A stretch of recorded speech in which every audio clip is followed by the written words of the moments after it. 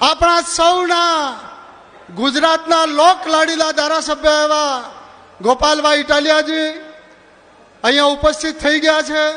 એવા બીજા એવા ધારાસભ્ય ઉમરગામથી દાતા સુધી આદિવાસી સમાજમાં ખૂબ મોટું પ્રતિનિધિત્વ ધરાવતા એવા સૈતરભાઈ વસાવાજી, ખેડૂત આગેવાન રબારી સાહેબ, આપણા આમ આદમી પાર્ટીના ચાણક્ય કહેવાય એવા મનોજભાઈ સોરઠિયાજી એ પણ અહીંયા ઉપસ્થિત થઈ ગયા છે। આમ આદમી પાર્ટીના સૌ પ્રદેશના લીડરો અહીંયા આવી રહ્યા છે અને આવી ગયા છે। ત્યારે ઉત્તર ગુજરાત અને મધ્ય ગુજરાતની આ પરિવર્તન લાવો, ખેડૂત બચાવો જે યાત્રા અને જે મિટિંગ ગોઠવી છે એ ખૂબ જ ખેડૂતો માટે અને ઉત્તર ગુજરાત માટે અને મધ્ય ગુજરાત માટે ખૂબ જ અગત્યની છે।